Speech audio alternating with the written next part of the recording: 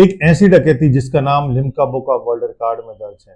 12 फरवरी 1987 को पंजाब के लुधियाने में हुई ये डकैती उस समय के भारत के इतिहास की सबसे बड़ी बैंक डकैती थी और कई सालों तक ये डकैती भारत के इतिहास की सबसे बड़ी बैंक डकैती बनी रही।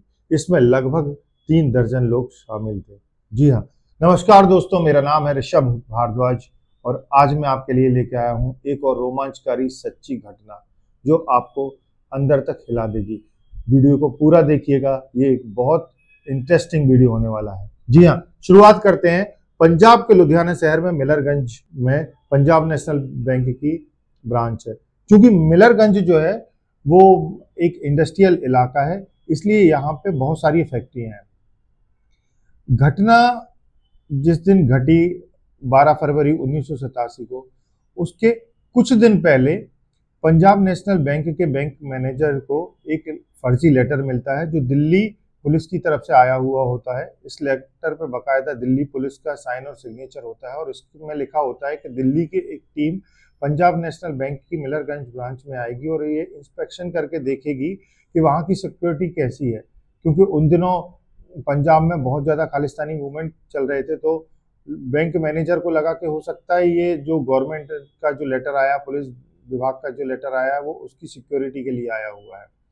और घटना वाले दिन यानी कि 12 फरवरी 1987 को सुबह लगभग 9 सवा 9 बजे जब बैंक खुला, उसके 15-20 मिनट बाद करीब 1.5 दर्जन पुलिस वाले बैंक के अंदर दाखिल होते हैं और ये लोग बहुत ही शांतिपूर्वक तरीके से जो वहाँ पे मौजूद गार्ड थे उनके हथियार ले लेते हैं और जो हथियार ये अपने साथ लेके आए हुए थे उनको निकालते हैं और ये वहाँ पे घोषणा करते हैं कि अब इस बैंक में डकैती पड़ गई है।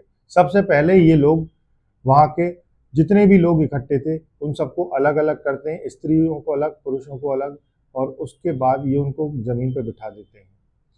जब ये लोग अंदर ये काम कर रहे होते हैं तो इनके बचे हुए 1.5 दर्जन साथी जो बाहर जो किसी टी स्टॉल पे खड़े थे या किसी शॉप पे खड़े थे या जो रोड था जहाँ से पुलिस के आने की संभावना थी उधर खड़े थे, 4-4, 5-5 लोगों के झुंड में, और ये देख रहे थे कि अगर पुलिस आती है तो ये फायरिंग करके वहां से निकल सकें। अंदर जो लोग गए हुए थे डकैती करने के लिए, उन लोगों ने बैंक का चेस्ट खुलवाया जिसमें पैसा रखा हुआ था। उस दिन बैंक में करीब 10 करोड़ रुपए थे, जिसमें से करीब 6 करोड़ रुपए पुरानी करेंसी के थे और करीब 4 करोड़ रुपए नई करेंसी के थे। तब मार्केट में 1000 और 500 के नोट नहीं आए थे, इसलिए सबसे बड़ा नोट जो था वो 100 रुपए का था। और जब ये 100 रुपए का नोट बड़ा था तो आप सोच सकते हैं कि बैंक में जब इन्होंने डाका डाला था तो करीब 5 करोड़ 70 लाख रुपए की रकम 100 के नोटों में ले जाना कितना मुश्किल टास्क था। इसलिए ये लोग अपने साथ अनाज को भरने वाले जो बड़े बड़े रखने वाले बोरे होते हैं वो लेके आए थे जिसमें ये नोटों को भर के ले जा सकें।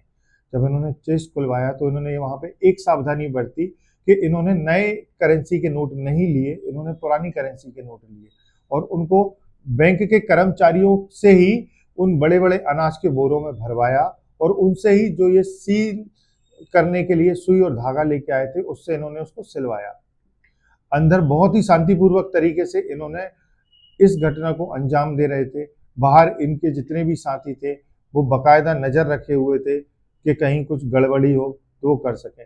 ये लोग अपने साथ पैसों को ले जाने के लिए एक स्वराज माजदा भी लेकर आए थे और उसके बाद जब इन्होंने 5 करोड़ 70 लाख रुपए अपने बोरों में भरवा लिए तो ये चुपचाप वहां से निकलने लगे और निकलते वक्त इन्होंने जो छोटे नोट थे यानी कि 20 और 50 के नोट वो इन्होंने अपने साथ ये जो हैंडबैग लेके आए थे उसमें रख लिए।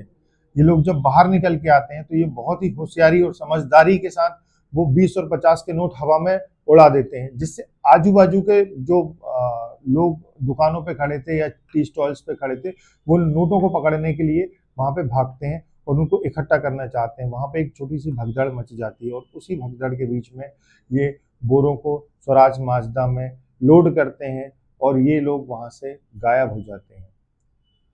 ये घटना इतनी बड़ी थी कि पूरा देश इस घटना से हैरान रह गया था और फिर घटना के लगभग 3-4 दिन बाद केंद्र सरकार ने इस घटना की, इस डकैती की जांच जो है वो सीबीआई को सौंप दी। सीबीआई ने करीब 500 लोगों के बयान लिए, जिसमें से जो लोग बैंक के अंदर थे और जो लोग बैंक के बाहर थे उन सब के। और उन सब के बयानों के आधार पर सबसे पहले सीबीआई ने ये देखा कि जो स्वराज माजदा जो ये लोग लेकर आए थे वो किसकी थी, जिसमें ये लोग नोट भर के लेके गए थे। तो पता चलता है कि लुधियाना शहर के पास में एक बुल्लर गांव है और बुल्लर गांव में प्रोफेसर बुल्लर है जो वहाँ के एग्रीकल्चर डिपार्टमेंट में प्रोफेसर थे। ये गाड़ी उनकी थी। अब चूंकि प्रोफेसर बुल्लर का भी अकाउंट इसी मिलरगंज ब्रांच में था, तो ये बैंक ने ये कंफर्म किया कि प्रोफेसर बुल्लर कई बार कुछ लोगों के साथ यहाँ पे आए थे और उन्होंने वहाँ पे काफी समय बिताया था बैंक के अलग अलग हिस्सों में। इस घटना की प्लानिंग ये लोग करीब 1 से 1.5 महीने पहले से कर रहे थे और कई बार इसकी रेकी की गई थी। और दोस्तों, जब ये बात प्रोफेसर बुल्लर को पता चली कि सीबीआई ने उनको इस बैंक रॉबरी में आरोपी बनाया है, तो वो फरार हो गए। अच्छा, इस बीच सीबीआई को एक चीज और पता चलती है कि जो स्वराज माजदा में ये लोग नोट लेके बुल्लर गांव में आए थे, बुल्लर गांव में इन्होंने नोटों से भरे बोरों को स्वराज माजदा से उतारकर एक बड़े ट्रक में लोड कर दिया। जी हाँ, और वहां पे लोड करने के बाद ये लोग वो ट्रक को बीच बाजार से ले जाकर इन्होंने एक चावल की मिल में उसको खड़ा कर दिया, जिसमें लोग किसी को शक ना हो। सीबीआई बहुत दिनों तक उस ट्रक को तलाश करती रही। फिर जब सीबीआई को उस ट्रक के चावल की फैक्ट्री में खड़े होने की बात पता चली, तो सीबीआई जब तक वहां पहुंचती है उसके पहले ही ये लोग पैसे का बंटवारा कर चुके होते हैं। इसमें चावल फैक्ट्री के कुछ बंदों का भी हाथ था। इन लोगों ने वहां से पैसे आपस में बांट लिए। इस घटना का मास्टरमाइंड जिसको बताया जाता है उसका नाम है खालिस्तानी कमांडो फोर्स का जनरल लाभ सिंह। लाभ सिंह इसका असली नाम नहीं था, इसका नाम था सुक्खा सिपाही, पर बाद में जब इसने खालिस्तानी फोर्स को ज्वाइन किया तो इसका नाम रखा जनरल लाभ सिंह जी। और तो ऐसे सीबीआई ने कोई 3 दर्जन लोगों को जो है वो आरोपी बनाया हुआ था। जब सीबीआई चावल फैक्ट्री पहुंचती है तो चावल फैक्ट्री का जो बंदा जो था उसने सीबीआई के सामने अपने आप को शूट कर लिया।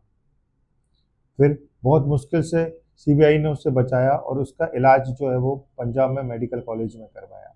यहाँ कुछ दिनों बाद चंडीगढ़ के सेक्टर 15 से पुलिस ने प्रोफेसर बुल्लर को गिरफ्तार कर लिया और इन सबके बयानों के आधार पर पुलिस ने करीब 2 करोड़ रुपयों की जो है वो रिकवरी कर ली थी।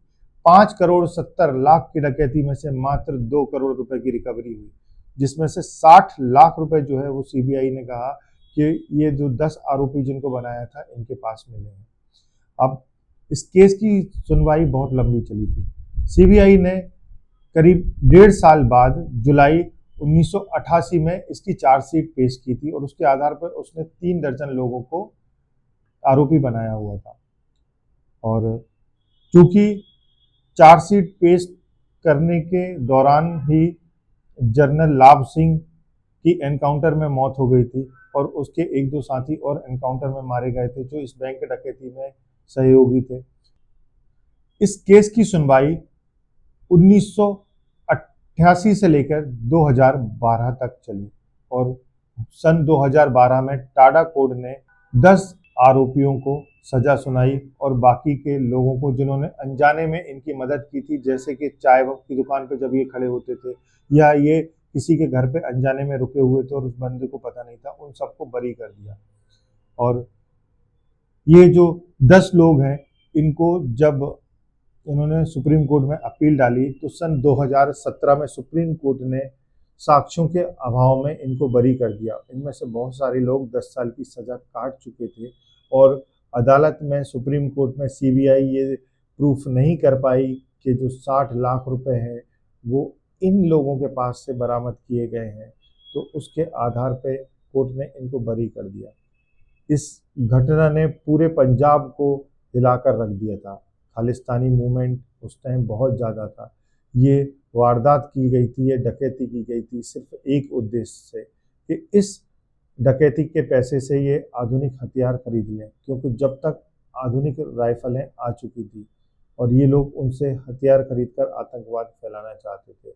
पुलिस ने और सीबीआई ने बहुत कड़ी मेहनत करके इस केस को, इस आरोपियों को पकड़ा था। पंजाब के लुधियाना के मिलरगंज के पंजाब नेशनल ब्रांच की ये घटना आज तक भारत के इतिहास की सबसे बड़ी बैंक डकैतियों में से एक है।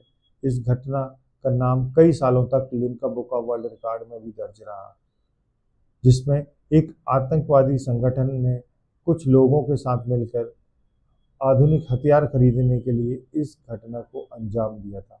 तो दोस्तों, आज की मेरी कहानी आपको कैसी लगी? अगर आपको मेरी कहानी अच्छी लगी हो तो प्लीज़ मेरे चैनल को लाइक कीजिएगा, सब्सक्राइब कीजिएगा और अपने दोस्तों के साथ शेयर कीजिएगा। नमस्कार।